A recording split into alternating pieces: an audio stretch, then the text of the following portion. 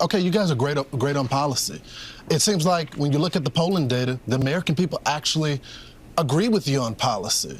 But there's that other element. People vote based on how they feel. And I'm not just talking about when they go to the grocery store or anything like that, but they need to connect with you. So how do you layer good policy with good feelings as well? Because that seems to be an Achilles heel of the Republican Party. Even the guys I talked to yesterday, they said, listen, they come off a little corny sometimes, a little cheesy sometimes. So how do you make being a Republican, a conservative, cool again? The MAGA Republican Party has a young voter problem, and it's not likely that J.D. Vance has the answers to how they could fix their relatability issues. Well, the way that I do it, Lawrence, and this is just my approach, is that I talk about my family and I talk about my personal history, and I try to make people understand that we care about how this country is governed because we know that real people suffer. I mean, I think if you're, a strong man at a barber shop, one of the things you believe in is that you ought to take care of people, you ought to protect people, and you ought to get American leaders in there that are going to make your community stronger and more prosperous. And so how can we better make that case than talk about the ways in which our leadership can affect the lives of real people? Yeah, wait, hold on. Why are we talking about strong men in a barbershop looking for someone to protect? I think he thought the question was to illustrate why the Republican Party isn't very cool. I mean, look, I grew up in a family where there wasn't a whole lot of opportunity. I grew up in a family, Lawrence, where we couldn't afford private security. So why did we need strong police? Because we believed that public safety was the right of every American citizen, whether you're rich or poor. A lot of American kids don't have that these days because the Democrats have decided to wage war on American police. And I think if you tick through the issues here, we just believe in common sense, and we think that if you're governed by common sense, every kid in this country, black or white, rich or poor, is going to have an opportunity at the American dream. We just got to get back to that common sense. We're going to make that argument as much as we can and see how it lands. J.D. Vance's answer as to how you make the Republican Party cool again was that we need leaders in office that believe in an even more powerful police force so that black kids and white kids will have the opportunity at the American dream. All he did was show that the Republican Party's number one issue with younger generations is that they don't listen. They just talk down to them. Is this Bidenomics or just Gen Z laziness? I honestly think it's Gen Z laziness. And I really think, sure, the economy may be the case for some people, but I do think it's laziness and people just want to go online and talk to as many people as they want. Isabel, I have to say, I have a lot of young people working for me. I love having young people on staff. And repeatedly, the young gals in their 20s, they're complaining about the Gen Z men. They're too much into their looks. They're too much into themselves. Again, I'm going to say work-life balance. They're too much into that. Now, that conversation was about how differently people date and how us old folks are annoyed by it.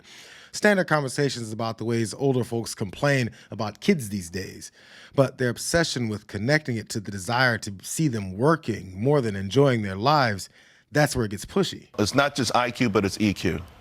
The emotional intelligence. These kids start working, they quit after 2 days. They can't take criticism. All that is the coddling and the sort of non-nurturing, the non-traditional nurturing in schools where, hey, you know what, you're 10 years old, you're in charge of your own destiny, your mom can't tell you what to do.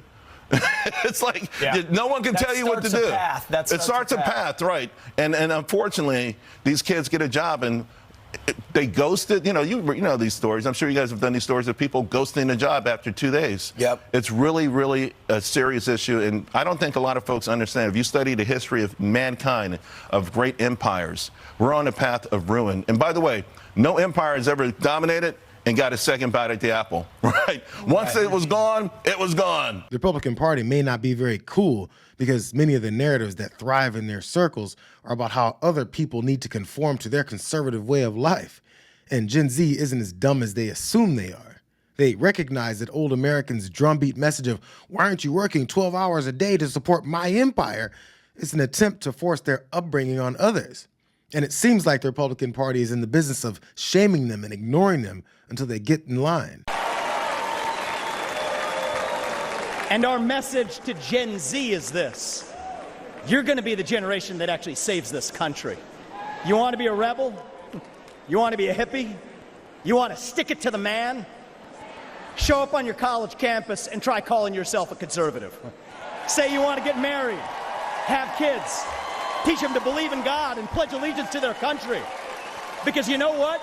Fear has been infectious in this country, but courage can be contagious too. That too is what it means to be an American. You want to be a hippie? You want to stick it to the man? Well, stop raising the roof and start raising up your pants. Even when they think they're reaching out to Gen Z in a relatable way by asking if they want to be a rebel, the smug superiority complex is actually what they're conveying. They could start by doing the one thing that GOP refuses to do. Just listen. Listen to someone that's not like you, that didn't grow up the same way you did. They don't listen to Americans their age, so they definitely won't listen to younger Americans with a completely different experience. So instead of trying to appeal to their lives, they wag their fingers at them while calling them names. But I'm going to tell you, we are the counterculture now. Conservatives, it is cool now to be a conservative. This is how people want to be. If you want to be anti-establishment, anti-the man, all that stuff that, you know, the liberals tried to claim a long time ago, now you're a conservative doing those things. It's coming back around. This is going to be our year. This is going to be our moment. Things are changing. There's a massive shift occurring. So when insults, name-calling, and demands don't work, the next step is just claim you're cool. Tell everyone that they're gross if they aren't worshiping a party that aggressively and angrily insults their mothers, sisters, and friends of different cultures, backgrounds, and identities. The world is progressing, and as kids become young adults, they shed the reverence for older people that only talk about them. The white boy summer memes are gonna take over. Like the Hulk Hogan memes beat out these memes. Sorry. Yeah. Well, I don't know. It's hard to out-meme the Hulk Hogan. Just because you say so doesn't make it true. And it actually makes people abandon your cause even more. Because no one wants to be lectured about what they should like. You need a little bit of humility to appeal to others. And the Republican Party under Donald Trump is allergic to that. And for some reason, they're unable to adapt, even when they know that this hurts them. So we can't be beaten on this policy-wise. I think we've already won the policy arguments on the economy, on education, on a number of issues. I think we've got some work to do on the young people who think differently on abortion, perhaps, or guns, or climate change. But even there, the Democrats' messages are usually cynical.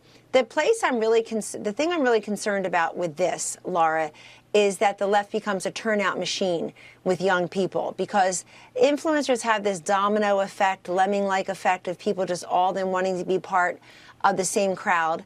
And if they succeed in that way, we're not doing a great job competing for ballots. We're just competing for votes. Our candidates lost the early voting miserably last time. I mean, someone like Dr. Oz lost the early vote to John Fetterman by over 4-1.